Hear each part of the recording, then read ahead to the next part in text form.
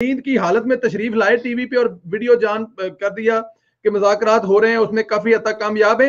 मुज़ाकरात कौन कर रहा है और किससे कर रहा है? मुज़ाकरात कहाँ हो रहे हैं? लीडर तो जो उनका है वो तो जेल में है। जी, पहले तो मुज़ाकरात हवा में हो रहे थे जी, पता नहीं कौन किससे कर रहा था, और एक लेटर आया था वहां से साद रिजवी का हैंड रिटन जी, कि बस वो धरना खत्म कर दें और शूरा में इमरान अपने आप को कानून के हवाले कर दें। जी, आगे से वो दो वैसे जाली लेटर ना और बना देते थे। उसमें एक लेटर उन्होंने बना के निकाला सोशल मीडिया पे कि शेख रशीद और न्याजी जहां नजर आए इनको जूते मारो। उन्होंने कहा हम आपका लेटर मान लेते हैं, हमारा मान लो। मतलब ये जाली लेटर, ये मतलब बच्चों की तरह ना ये खेल रही थी हमारी पंजाब गवर्नमेंट जी। और आज वाकई मुज़ाकरात हो रहे हैं और 3:30 बजे से वो शुरू हैं।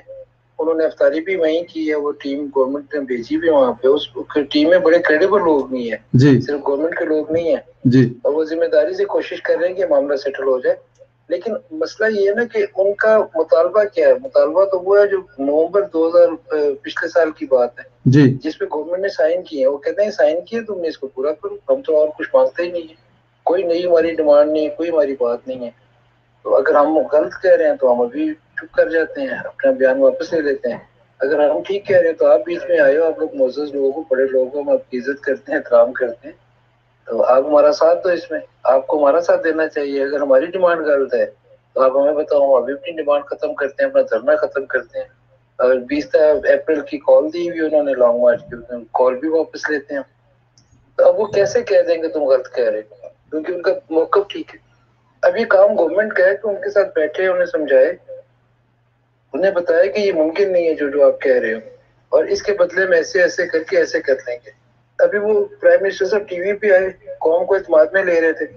वो फरमा रहे थे कि हमारी ना कॉटन की सबसे बड़ी एक्सपोर्ट है यूरोपीय यूनियन को, और उसका फ्रांस जो है उसका बड़ा हमारा स्टेक होल्डर है उसमें। तो अभी वो लोग मुझसे सवाल पूछ रहे हैं कि कॉटन पाकिस्तान एक्सपोर्ट कर रहा है जी, मैं उन्हें क्या कहूँ। पाकिस्तान 72 साल तो कॉटन एक्सपोर्ट करता रहा जब से ये बना है जी। ये हमने 71 में भी एक्सपोर्ट की है, हमने 65 में भी एक्सपोर्ट की है। हमारे पास सैलाब आते रहे, बहुत बड़े बड़े 73 में आया, 76 में आया जी, हमने उसमें भी एक्सपोर्ट किया जी। ये पाकिस्तान की तारीख का पहला साल है जब हम कॉटन इंपोर्ट कर रहे हैं जी। बिल्कुल, हमारे पास कॉटन अपनी जरूरत की नहीं है। हम अपनी टेक्सटाइल के लिए कॉटन बाहर से मंगा रहे हैं, हमारी टेक्सटाइल जरूर जा रही है, कपड़ा तैयार हालत में, या हमारी गारमेंट्स जा रहे हैं वहां पे, कॉटन हमारी नहीं जा रही। लेकिन हमारे प्राइम मिनिस्टर कहते हैं ये कॉटन हम एक्सपोर्ट कर रहे हैं। ये भी झूठ है, कॉटन तो हम इंपोर्ट कर रहे हैं। मिसगाइड किया जा रहा है, पिछले साल तक हम करते रहे। बिल्कुल ठीक, मिसगाइड किया। उसमें उसमें प्राइम मिनिस्टर साहब ने अभी, मैं हमारे वजीर आजम ने ना जी एक बात उन्होंने और बड़ी अजीबोगरीब की, जो मैं सर पकड़ के बैठ गया जी। वो फरमा रहे थे कि जब सलमान रुश्दी ने किताब लिखी जी, तो उस वक्त नवाज शरीफ ने कौन सी मजम्मत की, तो क्या किया।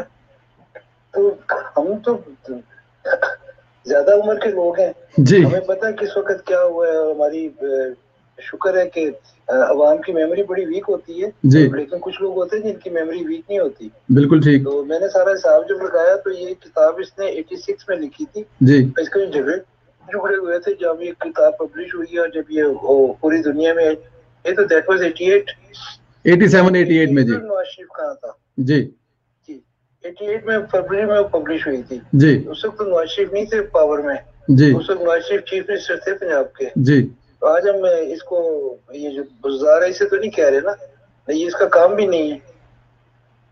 तो वो जिस तरह से फैक्ट्स को रिटॉर्ट करते हैं, डिटॉर्ट कर देते हैं, बात कहाँ से कहाँ लगा देते हैं। ऐसा आदमी हमारा प्राइम मिनिस्टर है। दुनिया में हंसती है जब भी कहते हैं रात को ऑक्सीजन दरख्तें छोड़ दी, और जब जर्मनी जापान की सरहद मिला देते हैं, 12 मौसम में बता देते हैं, गलती से स्लिप ऑफ टंग हो जाती है, 12 मौसम कह देते हैं। उनके मिनिस्टर आके ना वो जेठ हाड़ बैसाखी, वो जो उनसे हिंदी महीने हैं जी जी, उनका नाम लेने शुरू कर देते हैं। हाँ जी है जी, 12 मौसम है हमारे पास। ऐसे वो हैं, ऐसे उनके, अल्लाह माफ करे, उनके पैरोकार हैं जो आके इस किस्म की बातें करते हैं। बिल्कुल ठीक है राय साहब, इसमें तो मुझे लगता है अगर थर्ड वर्ल्ड वार जो है वो लग जाए तो वो भी नवाज शरीफ के खाते में इमरान खान साहब डाल देंगे, वो तो डेफिनेट जो भी उनको मिलेगा, इसमें तो कोई शक नहीं है। राय साहब ये बताइए कि मीडिया का किरदार किस तरह देखते हैं? क्या पहले कभी इतना कंट्रोल्ड मीडिया देखा है आपने? नहीं, कभी भी नहीं, कभी भी नहीं। मार्शल आर्ट में भी कभी नहीं देखा, मुशर्रफ साहब के टाइम में नहीं देखा, ज़िया साहब के टाइम में नहीं देखा, और पीछे सिविल हुकूमतों में ये जब नवाज शरीफ और बेनजीर का होता था ना, 2 साल तू 2 साल ये 2 साल, उस सब भी वो करते थे एक दूसरे के खिलाफ, ऐसा नहीं था जैसा इस वक्त हो रहा है ना। इस वक्त ये तो बहुत ही अजीबोगरीब सिचुएशन है।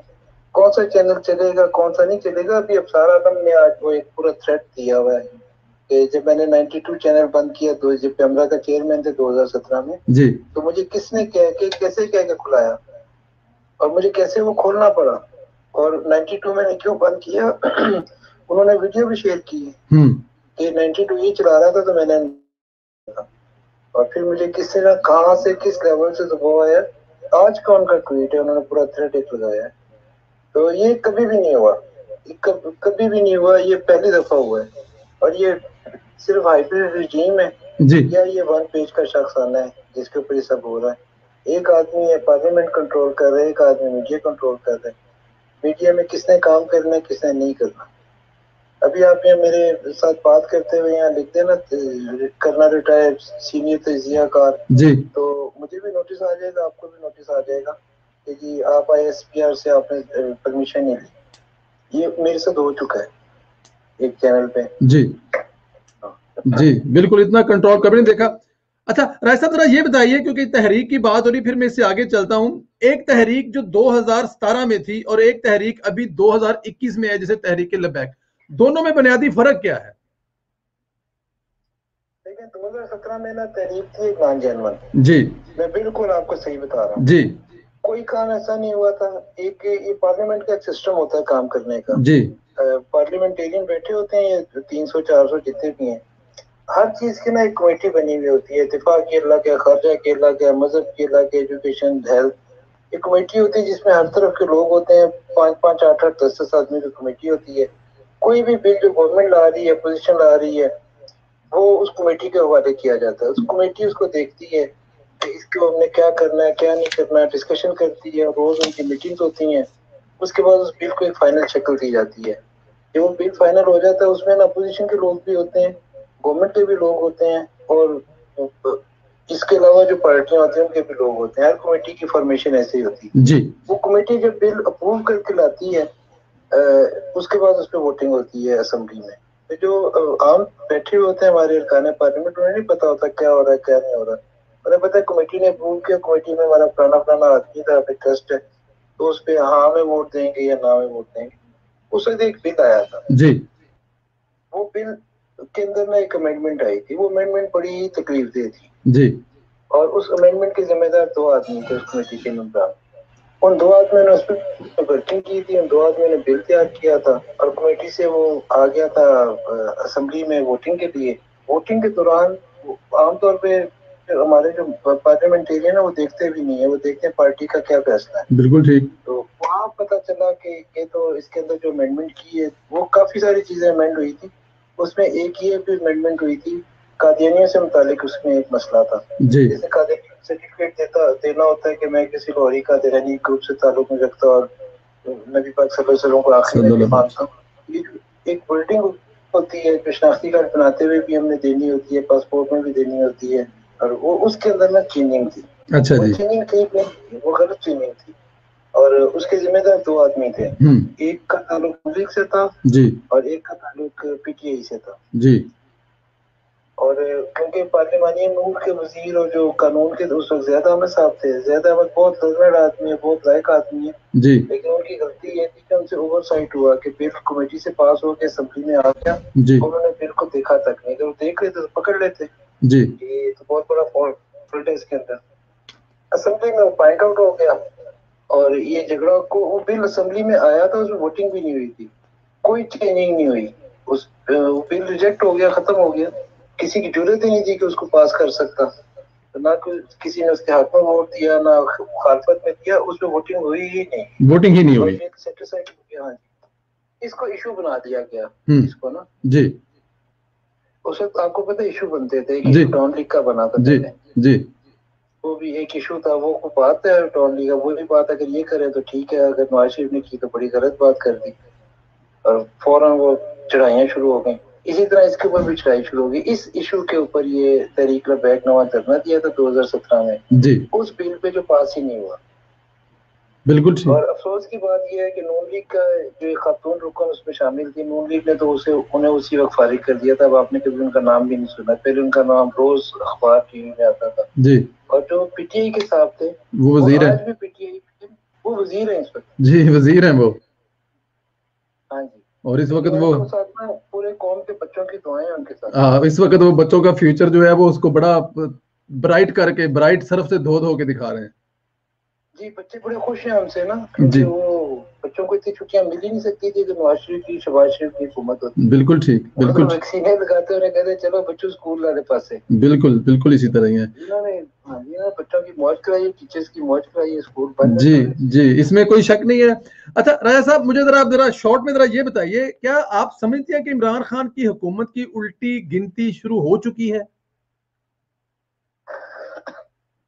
आज से 2 दिन पहले जी हमें बड़ी जिम्मेदारी से एक बात बता रहा हूँ। जी पाकिस्तान की एक इंटेलिजेंस एजेंसी ने एक ऑडियो लीक की। जी जी, बिल्कुल बिल्कुल। अली जैदी साहब, जी। वो बता रही है कि काउंटडाउन शुरू हो गया इनका, और कह भी दिया गया है।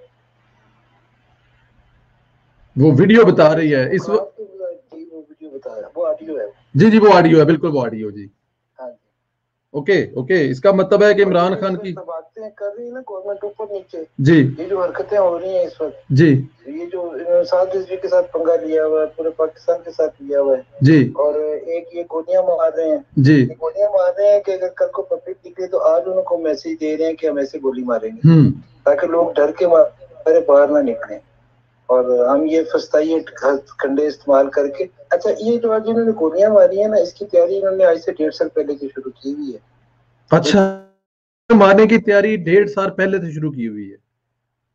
ये इन्हें पता था कि टाइम आएगा जब ये जो हमारे पीछे खड़े हुए हैं वो हमारे पीछे नहीं होंगे, जो पीछे नहीं होंगे तो हम आवाम को कैसे टैकल करेंगे। लेकिन राजा साहब, इस पीछे तैयारी का आगाज इन्होंने, जब आप ये पीछे वाली बात करते हैं तो हर इंसान समझता है पीछे कौन खड़ा है। जो 2017 में तो सीधी सीधी बात है, मैं कोई नहीं डरता हूँ किसी से, मेरी तहसील कोई नहीं चल रही, 11वीं भी चल जाए, मेरी पेंशन रोक देंगे ना, ये मुझे बंद कर देंगे, कर दें। तो जो बात है वो है, वो सारी दुनिया को पता है, वो आपको ही पता है, वो हमें भी पता है। लेकिन 2017 में बहुत मशहूर है ये कि अब्बासी साहब जो उस वक्त के वज़ीर थे, उन्होंने कुछ मदद मांगी थी, हेल्प मांगी थी, तो इनकार कर दिया गया था कि ऐसा नहीं हो सकता। कहा गया था जी, उन्हें उन्हें ये कहा गया था कि जनाब ये अपने लोग हैं, हम इन पे गोली कैसे चलाएं, हम इन्हें कैसे मारें, जी, मरने के लिए तैयार हैं। तो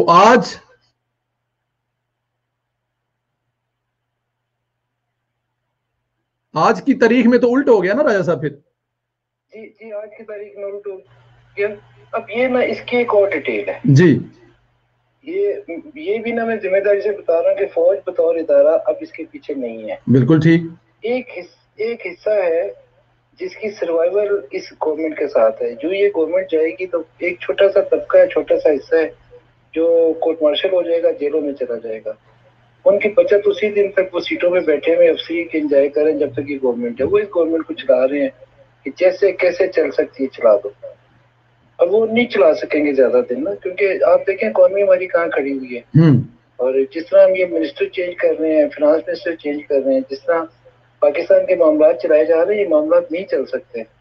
ये कितने दिन चला लेंगे, और 2 दिन 4 दिन हफ्ता 10 दिन। ये नोंडी के सब चुप करके बैठे, उन्हें पता ही गिर चुके हैं, गिरने की अनाउंसमेंट बाकी है, बस गिरने की अनाउंसमेंट बाकी है। बिल्कुल ठीक है। अच्छा राय साहब, देगर सियासी सूरत पर भी बात करते हैं। फवाद चौधरी ने कहा है कि राना सनाउल्लाह के खिलाफ दहशतगर्दी का मुकदमा दर्ज होगा। वो अल्फाज राणा साहब ने जो कहा है वो आपके सामने है, लेकिन उससे बढ़कर तो इमरान खान साहब से लेकर इस जमात के बहुत बड़े बड़े बयानात हैं। क्या दहशतगर्दी के मुकदमात इन छोटी बातों पर बनेंगे? राणा साहब ने ना बड़ा खूबसूरत जवाब दे दिया उसे जी। मैं कहता हूँ मेरे पे मुकदमा दायर करो, लेकिन मुद्दई खुद बनना। तो ये उसकी ये एक लाइन ही काफी है। तो कोई आदमी जरूरत नहीं करेगा मुकदमा करने की, क्योंकि ये जो आप दूसरी बात आपने की है जी कि जब वो न्याजी साहब खुद अपोजिशन में थे तो कहते थे फलाने मैं तुझे अपने हाथ से फांसी दूंगा, जी, मैं तुझे ऐसे करूंगा, चलो ये कोई जो रोके उसका सर फाड़ दो, उसको टांगे तोड़ देना उसकी, चलो कोई मेरे टाइगर को ना रोके। चलो टाइगरों जाओ। जी फिर वो टाइगर पकड़े गए थाने तो खुद चले गए वहां पे ना जत्था लेके जी और थाने से जबरदस्ती लॉक से छुड़ा के लेके आए बंदे। तो वहाँ तो उसपे बनता भी है और बना भी 2014 का ये मुकदमा दर्ज है उनपे, जिसमें वो मफरूर है। ये कमजोरी आप कह रहे हैं पिछली हुकूमत की कि उसके ऊपर उन्होंने नहीं किया, या उनकी रवादारी कह रहे हैं, उनकी मुरब्बत कह रहे हैं, उनकी शराफत कह रहे हैं। तो मेरे जैसा वजीर आजम होता तो उसी वक्त चाहता उसको उठा के अंदर दे देता। बिल्कुल ठीक, बिल्कुल ठीक, बिल्कुल ठीक, उसी वक्त अंदर रहते बिल्कुल। जी जी ताकि एक मुकदमा राणा सनाउल्लाह चला जाएगा जेल, पहले भी जेल काट के आया 16-18 किलो हेरोइन के झूठे इल्जाम में जी। और उस वक्त तो शदीद गर्मी भी थी और वो चक्की में से बंद किया हुआ था और वो बीमार आदमी है, एज भी उसकी ज्यादा है, उसकी एक आंख भी काम नहीं करती जी और दूसरी में पसीना भर जाता था, उसे नजर नहीं आता था वहां पे। जी वो तो उस हालत में जेल काट के आया। तो नजीर साहब कहाँ एक दिन भी जेल काट सकेंगे? उनको दवाई नहीं मिलेगी तो वैसे उनकी बेचारों की हवा टाइट हो जाएगी। न्याजी साहब को दवाई नहीं मिलेगी, बिल्कुल ठीक फरमा रहे हैं। अच्छा सर, एक मसला इस वक्त लाहौर में और बना हुआ है, जातियों पर कब्जे की बातें चल रही हैं। क्या ये सियासी रवायत अच्छी है कि मुखालफिन के घरों को ही गिरा दिया जाए? देखिए सियासी मैदान में तो ये मुकाबला नहीं कर सकते जी नवाज शरीफ का या जरदारी का या जो मौलाना का या बाकी लोगों का। जी इनके पास ना बस ये हथकंडे, इनको यही काम आता है। जी जैसे वो बंदर बादशाह बन गया था ना, तो उसके पास कोई गया था कि मेरा बच्चा हुकूमत